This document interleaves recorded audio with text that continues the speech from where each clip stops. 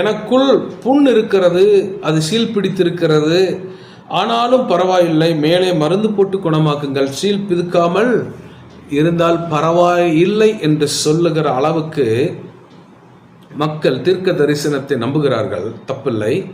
ஆனால் ஒரு அறிவுறுத்தலோ ஒரு எச்சரிப்போ ஒரு பாவ உணர்வோ அல்லது மனம் திரும்புதலை குறித்த தீர்க்க தரிசனங்கள் வரும் பொழுது காது கொடுத்து கேட்பதில்லை, அதை ஏற்றுக்கொள்வதில்லை.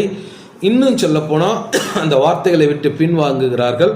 சொன்ன அந்த ஊழியர்களை அடுத்த முறை அவர்கள் கூப்பிடுவதில்லை. அவர்களுக்கு தேவை கர்த்தர் உன்னை ஆசீர்வதிக்கிறார், கர்த்தர் உன்னை மேன்மைப்படுத்துகிறார், கர்த்தர் உனக்கு தடவி கொடுக்கிறார், கர்த்தர் உனக்கு வேட்டி கொடுக்கிறார், கர்த்தர் உனக்கு சட்டை கொடுக்கிறார், கர்த்தர் உனக்கு நிலம் கொடுக்கிறார், கார் கொடுக்கிறார். இது மாத்திரம் நம்புறாங்க. ஆனால் கர்த்தர் உன்னை மனம் திரும்ப சொல்லுகிறார், கர்த்தர் உன்னை வழிகளை சீர்படுத்த சொல்லுகிறார் என்பதை இன்றைய